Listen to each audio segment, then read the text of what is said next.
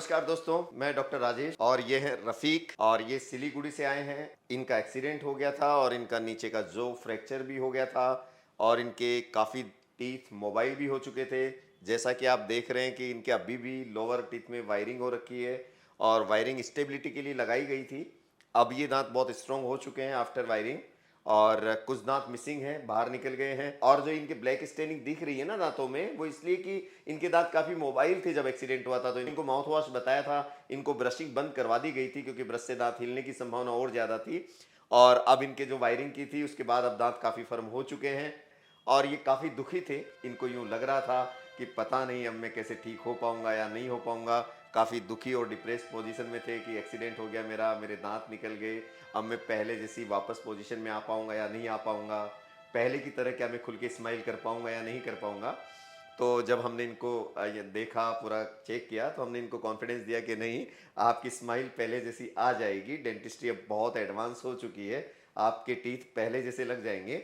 और हमने इनके कई बार ट्रायल लिए, इनके कभी डमी टीथ लगा लगा करके देखे, इनकी पुरानी फोटोज मंगाई, उन फोटोज को देखा, डिजिटल सॉफ्टवेयर यूज किए, इनके चेहरे के अकॉर्डिंग साइज के हिसाब से दांतों की साइज सेलेक्ट की। और इस तरीके से सारा होमवर्क करने के बाद जब हमने इनके दांत लगाए तो अभी आप ये देख सकते हैं इनके दांत लगे हुए हैं, काफी खुश नजर आ रहे हैं। आज इनका पूरा डिप्रेशन खत्म हो गया और ये देखिए कांच में कितने अच्छे से ये अपने दांतों को बार बार देख रहे हैं।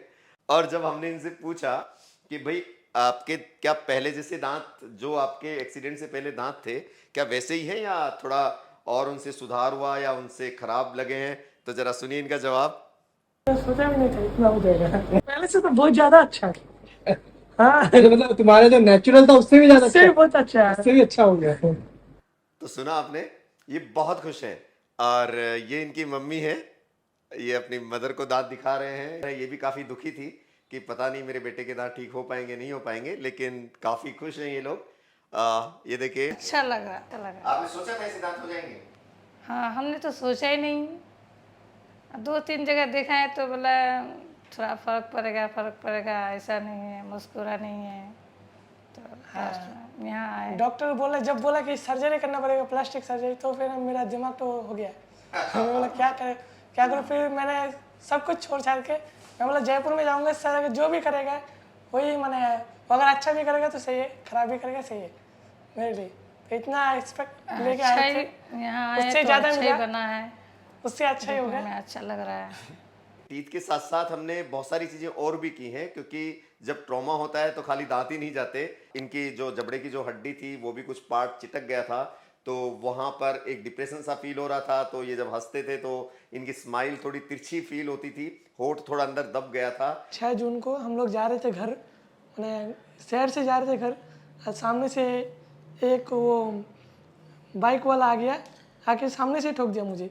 अच्छा। हम लोग 3 आदमी थे। हाँ हाँ। हाँ, तो उसमें आपके दांत वगैरह हाँ, सारे। मेरा जो ये बोन वोन वो भी फ्रैक्चर हो गया था। हाँ, दांत भी टूट गया। एक्चुअल दोस्तों, खाली इनका केवल दांत का ही इफेक्ट नहीं था, इनके बोन भी काफ़ी लॉस हो गई थी, होठ अंदर दब गया था, पिचक गया था हड्डी नहीं होने के कारण। तो हमने इनका वो हड्डी का एक आर्टिफिशियल बोन, एक मटेरियल होता है जिससे आप जब दांत बनाते हो तो उस मटेरियल को ऐड करते हो, जिससे आपका जो पिचका हुआ फेस होता है या जहाँ सिकुड़ा हुआ फेस होता है जहाँ हड्डी के कारण, वो फिर उसमें एक फुलनेस आ जाती है। तो आपको होठ, अभी आप देख रहे हैं, पहले इसका ये होठ दबा हुआ था आपका पूरा। हाँ हाँ, पूरा दबा था। हाँ, अब खुल करके ये हंस पा रहे हैं क्योंकि ये होठ अब इनका थोड़ा फूल गया है, क्योंकि अंदर से हमने इनका एक आर्टिफिशियल गम्स बनाए हैं और उस गम्स के कारण जो होठ है, जो अंदर से हड्डी नहीं होने के कारण पिचक गया था, वो अब ठीक हो गया है।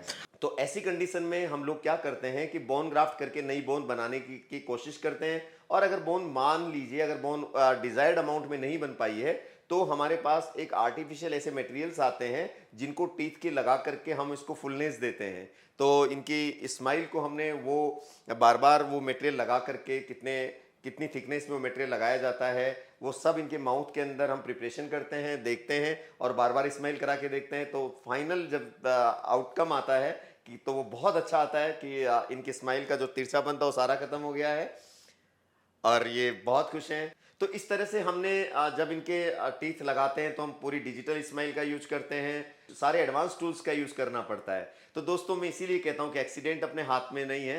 अनफॉर्चुनेटली कभी छोटा मोटा एक्सीडेंट हो जाता है और आपके दांत निकल जाते हैं या दांतों को ट्रॉमा होता है, फेस को ट्रॉमा होता है, तो आप बिल्कुल चिंता ना करें और बिल्कुल भी ना घबराएं, क्योंकि डेंटिस्ट्री बहुत एडवांस हो चुकी है। सारे ट्रीटमेंट पॉसिबल है और आपकी पुरानी स्माइल वापस पहले जैसी लाई जा सकती है ना। तो कभी दुखी होने की जरूरत नहीं है। ठीक है, पहले आप अपना प्राइमरी ट्रीटमेंट करा लीजिए। आपके होंठ या कहीं पर भी चोट लगती है, घाव होता है, तो पहले उन घावों को दूर किया जाता है। हड्डी टूटती है, हड्डी का फ्रैक्चर होता है, तो पहले वो सब चीज़ ठीक की जाती है और फाइनली जब सारी हीलिंग्स हो जाती है फिर उसके बाद टूथ का रिप्लेसमेंट शुरू होता है। और टूथ का रिप्लेसमेंट आजकल इतने एडवांसमेंट है कि हूबहू हो जाता है, इसलिए आपको टेंशन करने की जरूरत नहीं है, दुखी होने की जरूरत नहीं है। ठीक है दोस्तों, फिर मिलेंगे किसी नए केस के साथ। जब तक आप अपना ध्यान रखिए और खुश रहिए। कभी भी डिप्रेशन में आने की जरूरत नहीं है दांतों को लेकर के। हाँ, दांत बिल्कुल पहले जैसे ठीक हो सकते हैं और आपकी स्माइल जैसी चाहें वैसी आ सकती है। Thank you very much. Thank you.